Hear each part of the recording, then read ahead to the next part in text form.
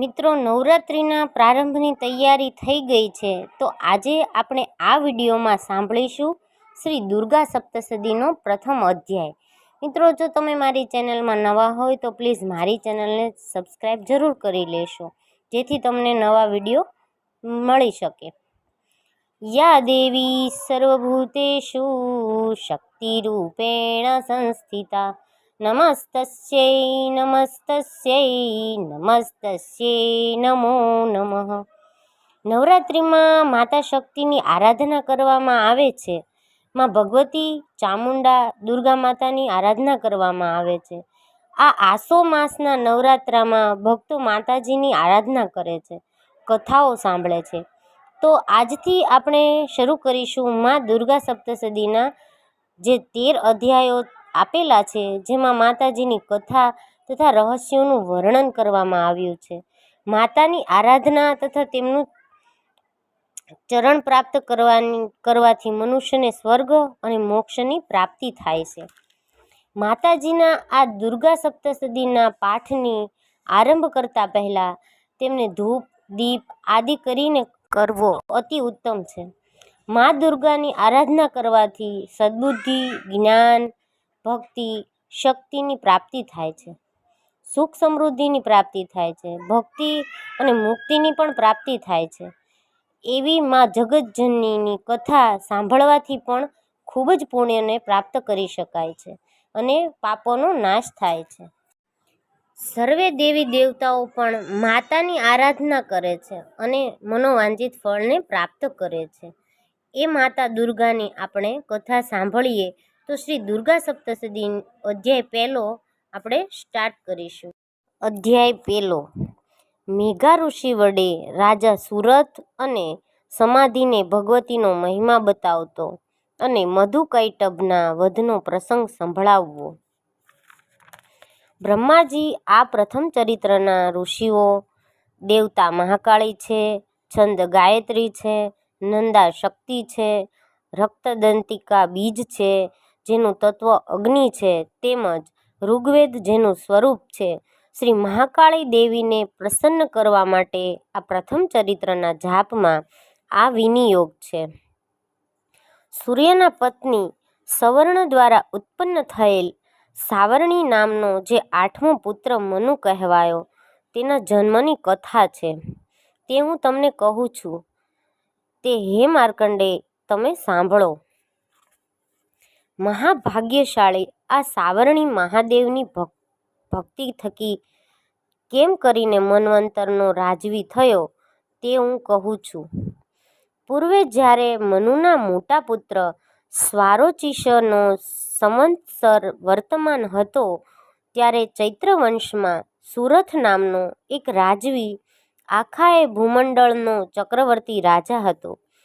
પિતા જેમ પુત્રનું પાલન કરે છે, તેમ પોતાની પ્રજાનું પાલન કરનાર આ સુરથ રાજાને કોલા નામના નગરનો નાશ કરનારા રાજાઓ સાથે વેર થયું.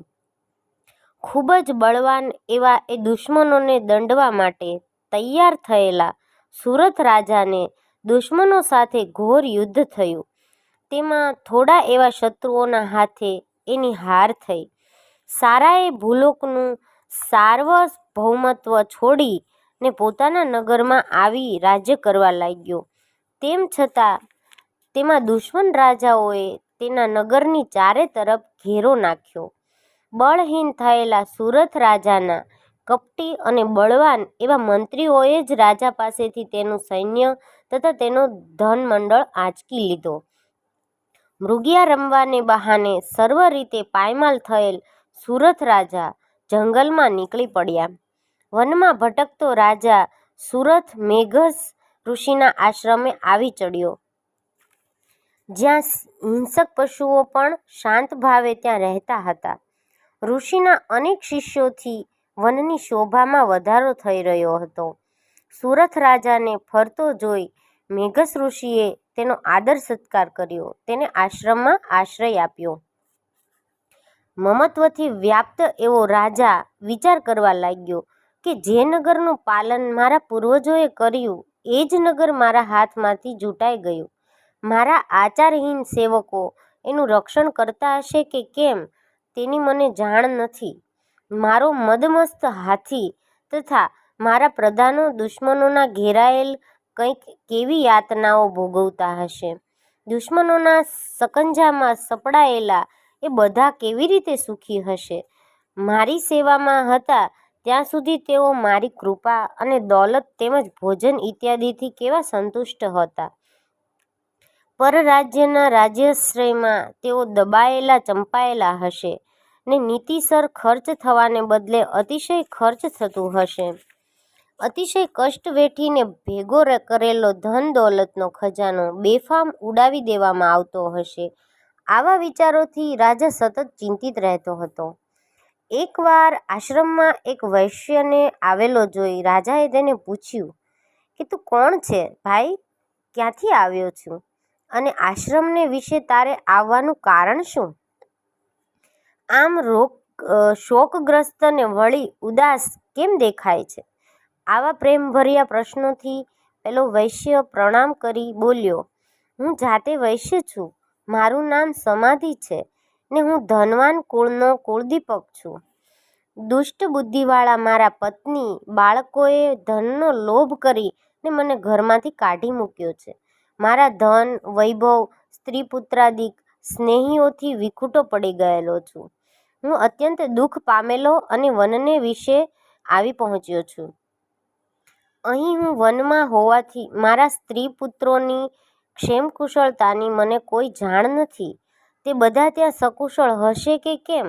પુત્રોનું વર્તન કેવું હશે? તેઓ દુરાચારી હશે કે સદાચારી? તે પણ મને કેમ કરીને જાણ થાય? રાજનને પૂછ્યું, હે વૈશ્ય, હે સમાધિ, તારા ધનલોભી સ્ત્રી પુત્રોએ તારો ત્યાગ કર્યો હોવા છતાં તારા મનમાં તેમના તરફનો પ્રેમભાવ કેમ છે? આપનું મારા માટેનું કહેવું ખરેખર એવું જ છે, પરંતુ હું શું કરી શકું? મનથી હું એવો નિષ્ઠુર થઈ શકતો નથી. ધનના લોભથી હે રાજન, મારા પત્ની પુત્રોએ પિતાનો સ્નેહ અને સ્વજનોએ ભાઈનો પ્રેમ ત્યજ્યો, પણ મારું મન તો એમના તરફ પ્રેમભર્યું જ રહે છે. હે બુદ્ધિમાન રાજા, નિંદાને યોગ્ય ગુણવાળા મારા ભાઈઓ તરફ મારું મન સ્નેહભર્યું કેમ રહે છે? તેનું કારણ શું હોઈ શકે? હું એ સમજું છું, તેમ છતાં પણ તેનું કારણ શું હોઈ શકે તેનો મને ખ્યાલ આવતો નથી. એમના વર્તનથી મને દુઃખ થાય છે, તેથી હું નિશ્વાસ નાખું છું. એ બધા તદ્દન પ્રેમવિહીન છે, છતાં પણ હું તેમના તરફ કઠોર થઈ શકતો નથી. તો હું શું કરું? હે બ્રાહ્મણ, આમ રાજા સુરત અને વૈશ્ય બંને સાથે મેઘસ ઋષિ પાસે આવ્યા અને પેલા વૈશ્ય સમાધિ તથા રાજવીઓમાં ઉત્તમ એવા સુરત રાજાએ મુનિ મેઘસ પાસે જઈ ને શાસ્ત્રોક્ત રીતે મુનિ મેઘસને પ્રણામ કરી મુનિની આજ્ઞા લઈ બેઠા અને પોતાની વાત કરી. હે ભગવાન, હું આપને એક પ્રશ્ન પૂછવા ઈચ્છું છું. આપ મને તેની સમજણ આપો. મારા આધીન મારું મન નથી અને તેથી તે મારા સંતાપનું કારણ છે. તો તેમ થવાનું કારણ શું હશે? હે મુનિવર, હું સમજું છું, તેમ છતાં પણ મને મારા ગયેલા રાજ્ય માટે મમતા રહ્યા કરે છે. તેનું કારણ શું? આ વૈશ્યનો પણ તેના સ્ત્રી પુત્રો સ્નેહીઓએ તેનો ત્યાગ કર્યો છે, તે છતાં પણ તે સર્વે તરફ તેને હજુ પણ મમતા છે. આ કારણે અમે બંને દુઃખી છીએ. અમે જાણીએ છીએ કે અમારા સ્વજનોનો દોષ છે, તેમ છતાં પણ એવા દુષ્ટોને માટે પણ અમારું મન મમત્વ છોડતું નથી. તો હે મહાભાગ્યશાળી મુનિ, આ રીતના વિષયો પ્રત્યે અમારાપણાનો દોષ જાણનાર અમો જ્ઞાની પુરુષોએ પણ આવો મોહ શાથી થાય છે? કારણ કે એવું મૂઢપણું વિવેક રહિત પુરુષોમાં હોય છે. તો તે મને તથા વૈશ્યને શાથી પ્રાપ્ત થયું? દરેક વિષયોનું જ્ઞાન જીવ માત્રને હોય છે, પરંતુ તે વિષયો અને તેમનું જ્ઞાન વિવિધ પ્રકારનું હોય છે.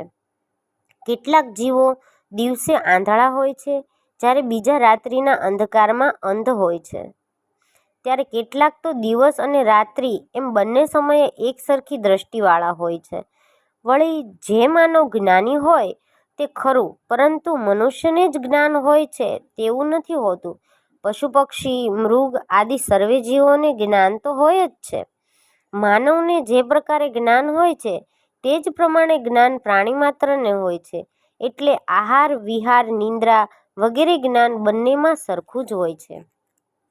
મનુષ્ય અને પશુ પંખીઓમાં જ્ઞાન હોય છે, તેમ છતાં મમતાને વશ પંખીઓ પોતે ભૂખ્યા રહીને પણ પોતાના બચ્ચાને અન્ન ખવડાવે છે. હે માનવ શ્રેષ્ઠ, એ જ રીતે માનવને પોતાના સંતાન માટે મમતા હોય જ છે, કારણ કે છેલ્લી અવસ્થા એ પોતાના સંતાનો પોતાનું પોષણ કરશે તેવી લાલચમાં દોરાય છે. તે શું તમે નથી જાણતા? વળી આ સંસાર ચક્રને ગતિમાન રાખનારો મોહમાયાના પ્રભાવથી માયાને આધીન થઈ અંધકારમાં પડેલા હોય છે, જેથી આ વિશે જરા પણ આશ્ચર્ય પામવાને કોઈ કારણ નથી. કારણ કે જગત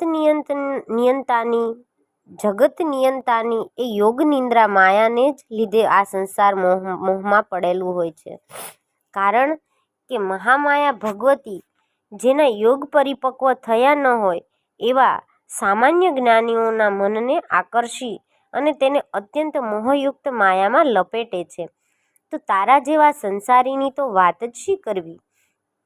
આ માયાએ જગત ઉત્પન્ન કરી તેને પોતાની માયાના પાશામાં બાંધી લીધું છે. સમગ્ર સંસારને આ માયાએ જ ઉત્પન્ન કર્યું છે. તે જ્યારે તે પ્રસન્ન થાય છે ત્યારે તે વરદાન આપે છે અને તો જ માયામાંથી મુક્ત થવાય છે. અને આ જ પરમ વિદ્યા સંસારના બંધનોમાંથી મુક્તિ આપનારી છે. કેમ કે આ જ સર્વ બ્રહ્માદિ ઈશ્વરોની પણ અધીશ્વરી સનાતન દેવી છે. રાજાએ પૂછ્યું, હે ભગવાન, આપ જેને મહામાયા કહો છો એ દેવી કોણ છે અને એમની ઉત્પત્તિ કેવી રીતે થઈ છે અને એમનું કાર્ય શું છે? અને આ દેવીનો પ્રભાવ કેવો છે? તે કયા સ્વરૂપે હોય છે તથા તે કોના થકી ઉદ્ભવ્યા છે? બ્રહ્મને જાણતા હોય એ આમાંના આપની પાસેથી આ સર્વ જાણકારી હું જાણવા માગું છું. આ દેવી નિત્ય સ્વરૂપવાળા છે. ઋષિ બોલ્યા, આ દેવી નિત્ય સ્વરૂપવાળા છે. આખાય વિશ્વમાં તેમનું સ્વરૂપ છે. તેમ છતાં તેમની ઉત્પત્તિ અનેકો પ્રકારે છે તે હું તમને કહું છું. આ દેવી અજન્મ્યા છે, પરંતુ દેવતાઓના કાર્ય કરવા માટે જ્યારે તેઓ પ્રગટે છે ત્યારે તેઓ સંસારને વિશે ઉત્પન્ન થયા એમ કહેવાય. બ્રહ્મનો દિવસ પૂર્ણ થતાં જ્યારે સમગ્ર જગત જળમય બની ગયું ત્યારે ભગવાન વિષ્ણુએ શેષનાગ ઉપર શયન કરી યોગ નિંદ્રા કરી. તે સમયે વિષ્ણુ ભગવાનના કાનના મેલમાંથી મધુ અને કૈટભ નામના અતિ બળવાન દૈત્યો પ્રગટ્યા અને તેઓ બ્રહ્માજીનો નાશ કરવા તૈયાર થયા. એ સમયે બ્રહ્માજી વિષ્ણુ ભગવાનની નાભી કમળમાં નિવાસ કરતા હતા. આ બંને દૈત્યોને જોતા વિષ્ણુ ભગવાનને જાગૃત કરવા યોગ નિંદ્રાની સ્તુતિ કરી. ભગવાન વિષ્ણુની યોગ નિંદ્રા એ જ આ મહાદેવી મહામાયા એ જ વિશ્વ અધીશ્વરી છે, ચરાચર જગતને ધારણ કરનારી છે અને તે જ સ્વરૂપે ભગવાન વિષ્ણુની માયા શક્તિ છે. હે દેવી, દેવતાઓને તૃપ્તિ આપવાવાળા સ્વાહારૂપ તમે જ છો, તેમજ પિતૃગણોને પણ તૃપ્ત કરનારા છો, તેમજ નિત્ય ને અવિનાશી છો. 3 પ્રકારની માત્રારૂપ હે દેવી, ઉચ્ચારી ન શકાય તેવી અર્ધમાત્રા પણ તમે જ છો. તમે જ સંધ્યા સાવિત્રી છો, પરમજનની પણ તમે જ છો. હે દેવી, તમે જ જગતધારિણી છો, જગત ઉત્પન્ન કરનારા છો, પોષણ કરનારા તેમજ સંહારક પણ તમે જ છો. હે જગન્મયે, આ સંસાર તમારું જ સ્વરૂપ છે. તેના સર્જન કરનારા, પાલન કરનારા તમે જ, સંહારનારા તમે જ છો. હે દેવી, તમે જ મહાવિદ્યા, મહામાયા, મહાસુરી છો. તમે જ મહામેઘા, તમે જ મહાસુરી પણ તમે જ છો. સત્વ, રજો, તમો ગુણને ઉત્પન્ન કરવાવાળા તમે જ, સર્વ પ્રકૃતિ તમે જ છો અને તમારી જ માયા છે. મોહરાત્રિ, મહારાત્રિ તેમજ કાળરાત્રિ પણ તમે જ છો. તમે જ લક્ષ્મી છો, ઈશ્વરી પણ તમે જ છો. હ્રીં કહેતા પ્રાણ સ્વરૂપ માયાબીજ પણ તમે જ છો. તમે જ બુદ્ધિ છો, લજ્જા પણ તમે જ છો, પુષ્ટિ, શાંતિ અને ક્ષમા પણ તમે જ છો. હે દેવી, તમે જ ખડગ, ત્રિશૂળ, ગદા, ચક્ર, શંખ, બાણ, ભૂષંડી વગેરે શસ્ત્રોને ધારણ કરવાવાળા છો. હે દેવી, તમે સૌમ્ય, ભક્તિને નિરતિશય શાંતિને આપનારા છો, તેમજ સુંદર પર અપર આ બધામાં શ્રેષ્ઠ પરમેશ્વરી છો. હે દેવી, જગતમાં સત અને અસત આ શક્તિ પણ તમે જ છો. હું આપની ભક્તિભાવપૂર્વક સ્તુતિ કરું છું. હે દેવી, આપ ચરાચર જગતનું પાલન સંહાર કરનારા ઈશ્વર પણ તમારી નિંદ્રા શક્તિને આધીન કરવાને સમર્થ નથી, તો પછી આપની સ્તુતિ કરવાને પણ સર્વ અસમર્થ છે. હે દેવી, તમે જ મને સદાશિવને તથા ભગવાન વિષ્ણુને શરીર ગ્રહણ કરાવ્યા છે, તો પછી બીજો કોઈ એવો સમર્થ નથી કે જે આપની સ્તુતિ કરી શકે. આમ આવી રીતે ઉદાર પ્રભાવને લઈને સ્તુતિ કરાયેલા હે યોગ નિંદ્રા દેવી, આ બે રાક્ષસો મધુ અને કૈટભને આપ મોહમાં નાખી દો અને શિવ ભગવાન વિષ્ણુને જાગ્રત કરો કે જેથી તેઓ આ બે અતિદુષ્ટ એવા દૈત્યોનો સંહાર કરે. ઋષિ બોલ્યા, મધુ અને કૈટભનો સંહાર કરવા માટે તમોગુણની દેવીની બ્રહ્માજીએ આ પ્રમાણે સ્તુતિ કરી.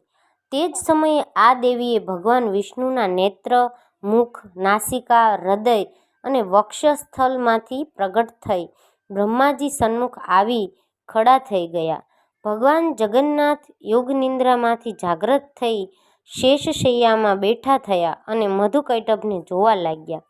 પેલા દુષ્ટ બુદ્ધિ પરાક્રમી દૈત્યો મધુ અને કૈટભ રક્તવર્ણી આંખે બ્રહ્માજી તરફ જોતા તેમનો વધ કરવા તૈયાર હતા.